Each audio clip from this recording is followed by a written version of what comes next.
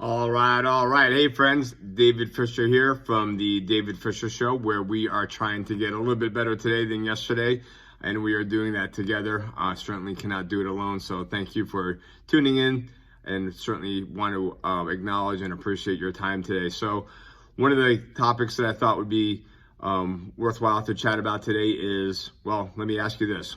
What word has the letters A, B, C, D, E, F, and is the shortest word, I guess, in the English dictionary?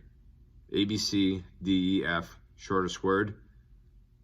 Feedback. All right, so today's topic is feedback.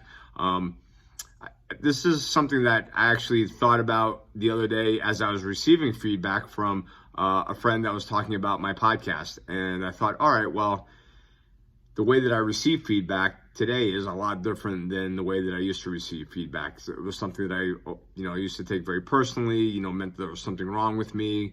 And really over time, I've gotten to a place of having a different perspective on feedback. So I thought I'd share a little bit about where that's come from for me. And, hopefully there's some pieces of information that you might be able to take and maybe provide some feedback as well. So one of the, I guess, first actual trainings that I got was, I don't know, maybe 15 years, 20 years ago in banking, probably more like 15 years ago, I guess, that had to do with feedback. There was a lot of changes going on in the banking industry, and most people don't like change. So trying to help other colleagues work their way through that as a manager was important, to be able to provide feedback and either help manage people up or out, I guess, as they like to say. And quite unfortunately, that was also true with customers as well. And ultimately, one of the reasons that I got out of the banking world is that it just really wasn't fun to tell people, like, hey, you know what, if you don't like it, certainly you can grab your money and go bank somewhere else. The bank will be fine without your deposit. So not a very customer service way to conduct business. So didn't really fit with my purpose in life. And but nonetheless, the feedback part was a good introduction into how do you give feedback, how do you receive it, such things as 360-degree feedback, where you have that anonymous ability to perhaps provide some coaching to maybe somebody that would be up ladder versus somebody that would be down ladder, is valuable as well. Listening to or hearing what maybe some of your peers, some of your coworkers think about you as a leader. There's a lot to be said about that too. And here at Fit Body Bootcamp, it certainly is part of the culture. It's been really part of the lessons that, as a franchise, are rolled out to coaches, to owners. I can remember listening to the Craig Groeschel leadership podcast. It's part of our initial assignments. Coming on board as a new owner here at Fit Body Bootcamp, and I've listened to it multiple times over the years. And just the other weekend, we were going over it again at our Fit Body Elite Mastermind training in Providence, Rhode Island. And again, it's really one of those things that being able to listen to things multiple times, a lot of value in that. It reminded me a little bit of the founder and visionary of Fit Body Bootcamp, Bedros Keuilian, in one of his podcasts, talking about reading books and what is the difference between, let's just say, I've read 100 books. Have I read 5 books 20 times, or have I read 100 books one time? So there's a lot to be said about reading books and getting more and more information out of them the multiple times that you read them, and really becoming, a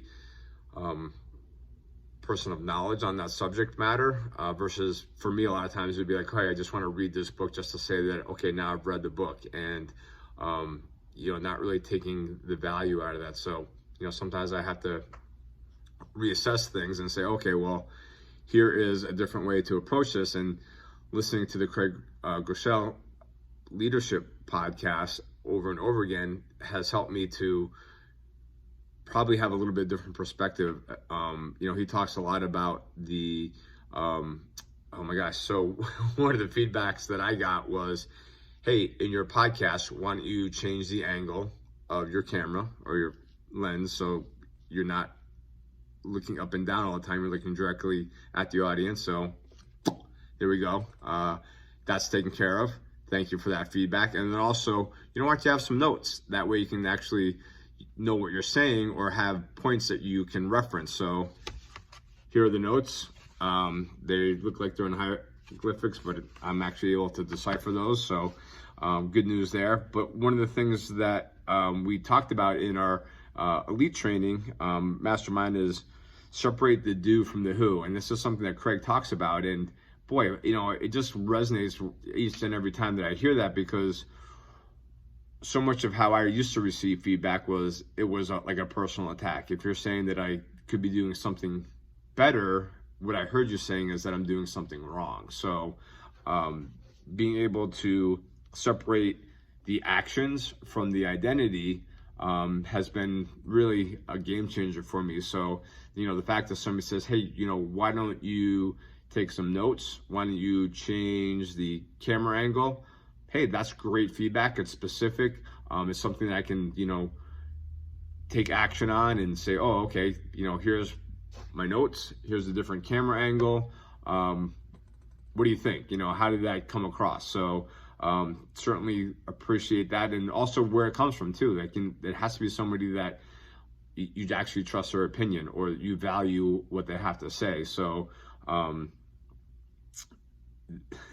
that's a really important piece of the puzzle for me, as well as it being specific, it being from somebody that has an opinion that is valuable, and then, you know, trying to, again, create that culture of feedback and being able to say, I actually want to receive feedback. I look forward to receiving feedback because it becomes an opportunity for growth. And that's something else that, you know, Craig talks about in his leadership podcast is the mindset, right? Having the growth mindset and not a fixed mindset of being, you know, where are some opportunities for some, you know, improvement. And that's really, like I said, you know, that's, as I opened up with the podcast, is that's the whole purpose of this podcast, is to develop.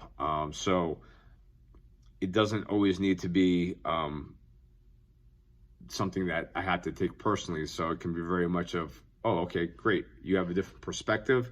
You know, I think about it in terms of even like sports, right? So, you know, a lot of times people will take advice or get, you know, specific feedback or coaching from somebody, you know, as far as like, you know, driving or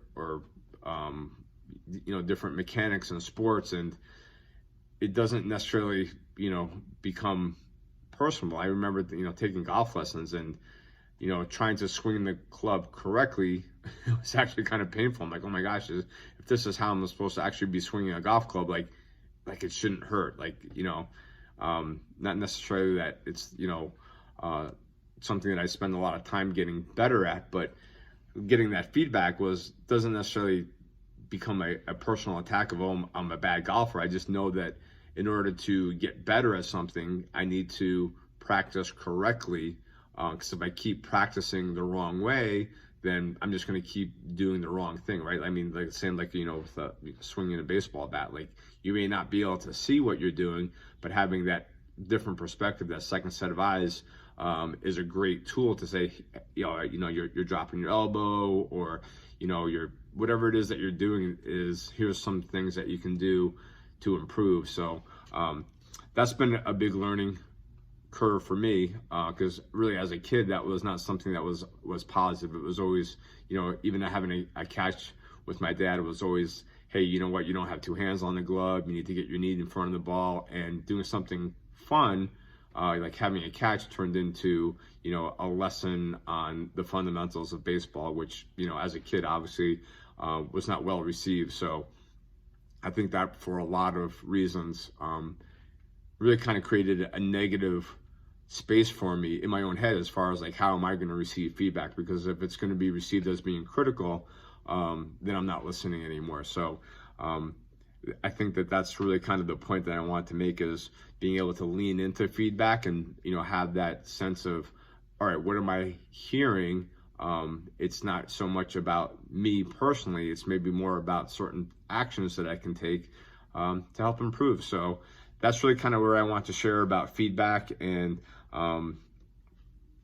really trying to, have somebody else take us that different viewpoint of helping us maybe see some limitations that we're not seeing ourselves. So certainly appreciate you guys, dialing in today, spending some time with me, listening into the Dave Fisher Show. And hey, here's something else I got for some feedback, and I thought it was great. It was fantastic. It was why don't you end your podcast in a certain way? So I was thinking about this, and one of the things that sometimes I like to end like an email or when I'm chatting with somebody is, if anyone hasn't told you that you're worth it, you are.